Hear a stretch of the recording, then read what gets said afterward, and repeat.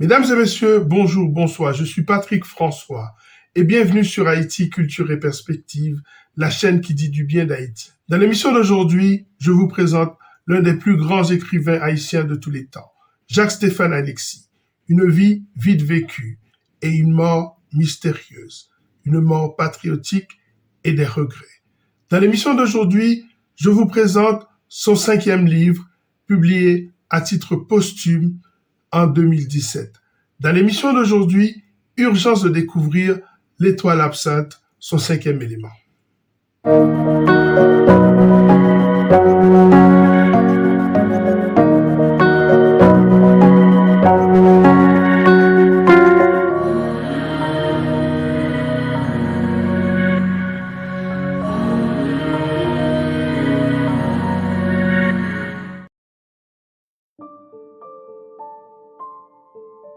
Jacques-Stéphane Alexis, un homme mort pour ses convictions libérales, fortes, patriotiques, et une œuvre, trop peu quand même, mais d'une telle qualité.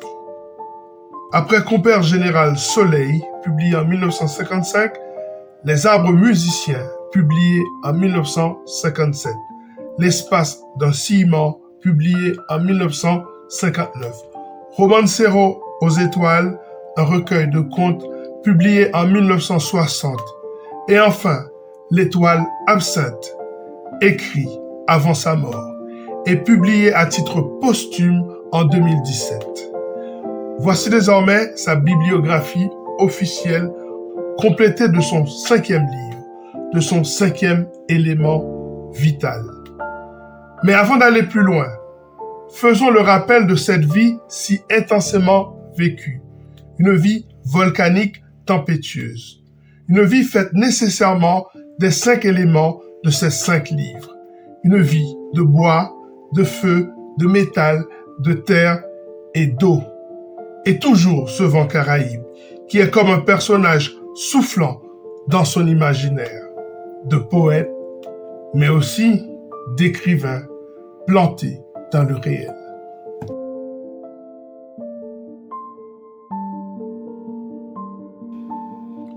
Jacques-Stéphane Alexis est né au Gonaïves, la cité de l'indépendance haïtienne, à 3 heures de la capitale Port-au-Prince. Il voit le jour le 22 avril 1922. Il est un descendant de Jean-Jacques Dessalines, celui qui a proclamé l'indépendance d'Haïti le 1er janvier 1804 dans cette même ville des Gonaïves. Il grandit dans une famille d'intellectuels. Sa mère est Lydie Núñez, une femme d'origine dominicaine. Son père est Stéphane Alexis, professeur d'histoire et de lettres au lycée des Gonaïves. Son père, cet homme polyvalent qui fut tour à tour journaliste, historien, romancier, consul général à Anvers en Belgique, diplomate chargé d'affaires à Bruxelles, délégué permanent à l'ONU. Un père surtout écrivain, auteur en 1933 de l'œuvre Nègre masqué. Le jeune Alexis grandit dans une ambiance nationaliste où la dialectique est monnaie courante. Proche de Charlemagne-Péral, son père a participé à la lutte contre l'occupation américaine dont il lui vante à la fois le courage et le patriotisme. Le jeune Alexis est un temps scolarisé à Paris où son père est diplomate. Il fréquente le prestigieux collège Stanislas avant de revenir à Port-au-Prince pour suivre ses études au collège Saint-Louis de Gonzague en 1930. Il étudie ensuite à la faculté de médecine et deviendra docteur en médecine en 1945. Plus tard, il se spécialise en neurologie à Paris. En 1940, il écrit un essai remarqué sur le poète haïtien Hamilton Garout alors qu'il n'a que 18 ans. Il collabore avec la revue Cahiers d'Haïti. Il fonde et dirige la revue Le Caducée. Il fréquente le groupe littéraire Comédia. Il fait la connaissance de Jacques Roumain, immense écrivain haïtien, auteur de Gouverneur de la Rosée, et du poète révolutionnaire cubain Nicolas Guillen en 1942. Il cofonde une revue aux idées révolutionnaires, La Ruche, en compagnie de René Depestre, de Théodore Becker, de Gérald Bloncourt, de Laurent Saint-Just, de Gérard Lafontan et de Gérard Chenet, un organe officiel du Parti démocratique populaire de la jeunesse haïtienne. Ces jeunes deviendront les porte-parole d'un mouvement qui allait conduire à la révolution de 1946 et qui allait venir à bout du régime du président Élie Lescaut. Membre du Parti communiste haïtien, le jeune Jacques Stéphane conteste l'élection de Dumarsais estimé.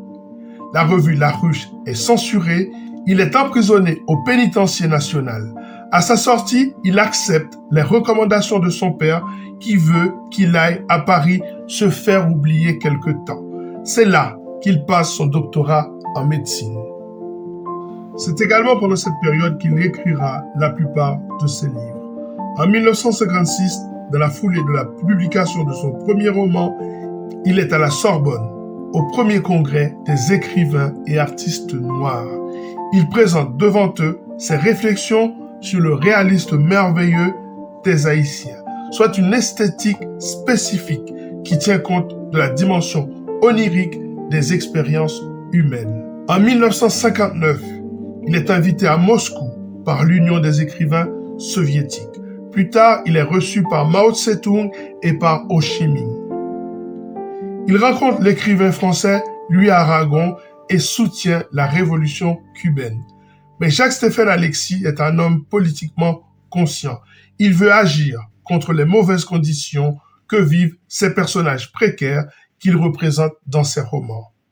Il fonde alors en 1961 le Parti d'entente populaire, le PEP, et se lance dans la lutte contre la dictature de François Duvalier. Il rentre à Cuba préparer un débarquement clandestin en Haïti afin de renverser François Duvalier. Il est avec 4 compagnons, Charles-Adrien Georges, Guy Béliard, Hubert Dupuis-Nouillet et Max Monroe. Les hommes débarquent sur la plage de Bombardopolis. Sans doute trahis, ils sont capturés, torturés et assassinés. La mort de Jacques-Stéphane Alexis à 39 ans seulement demeure un mystère.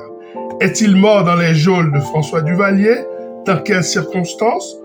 Comme sa vie, sa mort est si romanesque. Son corps ne fut jamais rendu à sa famille. Mais c'est l'espace d'enseignement qui nous intéresse, en préambule de l'étoile absinthe. Pourquoi? L'œuvre écrite en 1956 parle du destin de la Niña Estrellita et de Don Caucho dans un bordel près de la frontière. C'est cet amour si fort, c'est cela, le fil conducteur de ce livre magnifique, L'espace d'un ciment. Quel serait le lien entre les deux livres, entre L'espace d'un ciment et l'étoile absinthe? L'un serait-il la suite de l'autre? Le destin se poursuivant donc. Un destin repêché par la famille de l'auteur dans les cendres et les décombres de son passé hors du commun.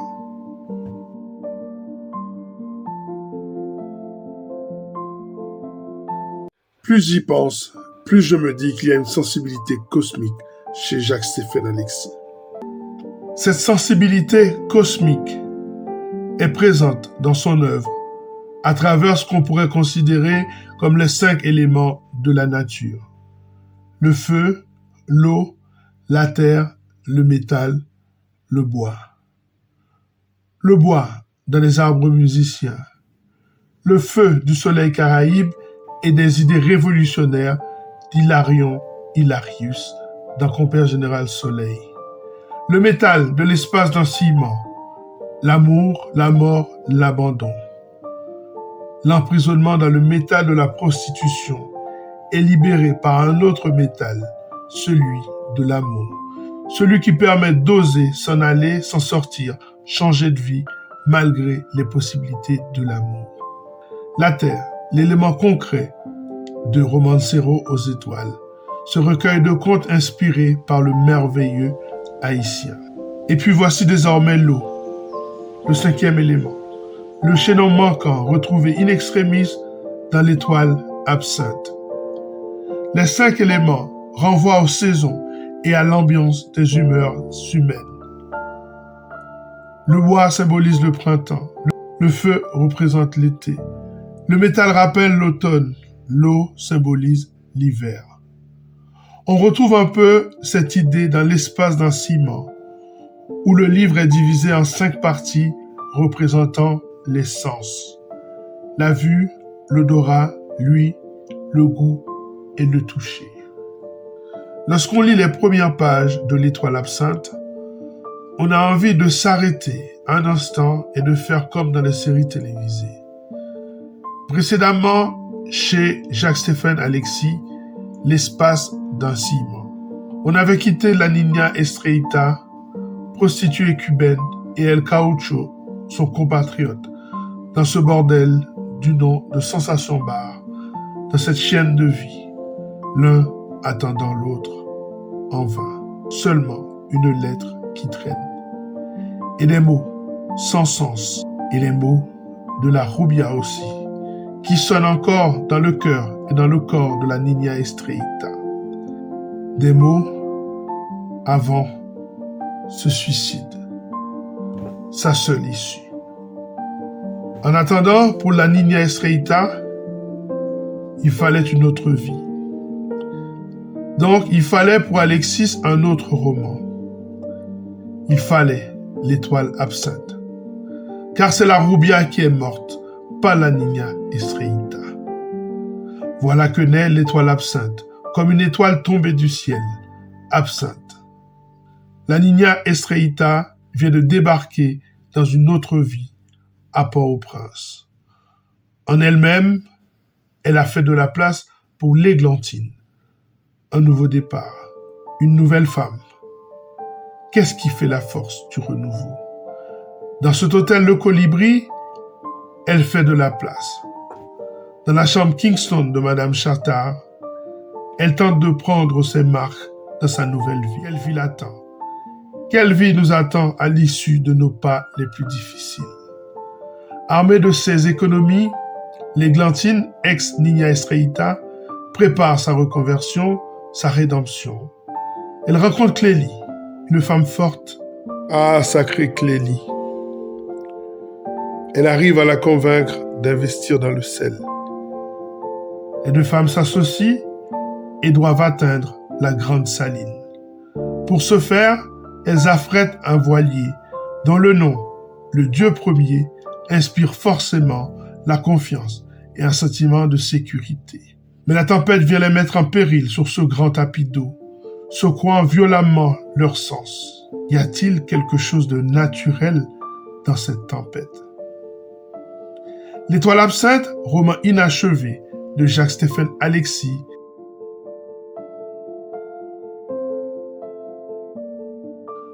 Ces 5 éléments dans l'œuvre de Jacques-Stéphane Alexis, c'est ce que j'ai pu trouver. Sans doute parce que c'est ce que j'ai cherché. C'est ce que j'ai pu déterrer avec les pelles et les pioches de ma propre sensibilité. En tout état de cause, l'Étoile absinthe est comme la résurrection de Jacques-Stéphane Alexis lui-même. Un rappel de cet homme à nous, à nos consciences, à notre lutte plus actuelle que jamais. Notre lutte pour une Haïti meilleure. En quoi une lecture de Jacques-Stéphane Alexis peut-elle nous aider à mieux vivre le monde d'aujourd'hui? D'abord, nous devons nous rappeler qu'il a donné sa vie pour son pays. Nous lui devons à lui et à d'autres une reconnaissance éternelle, comme à Toussaint, comme à Dessalines, comme à Chalmaille-Péralt. Ensuite, on se souvient qu'il a proposé l'arme qu'il nous faut pour nous battre. En effet, en 1959, Jacques-Stéphane Alexis adresse un message de vœu à l'humanité. Ce message, il l'appelle « La belle amour humaine ». En 2011, Lionel Trouillot écrit un magnifique roman publié chez Actes Sud qui reprend le même titre. Voilà, les ponts sont désormais construits. À nous de les traverser. Voilà, c'en est terminé pour cette émission consacrée à Jacques-Stéphane Alexis et ce livre qu'il faut absolument lire de toute urgence. J'espère que vous avez appris quelque chose. À très bientôt pour une nouvelle émission sur Haïti, Culture et Perspective, la chaîne qui dit du bien d'Haïti. Et n'oubliez pas que jamais Francis Fukuyama n'a parlé de la fin de la culture.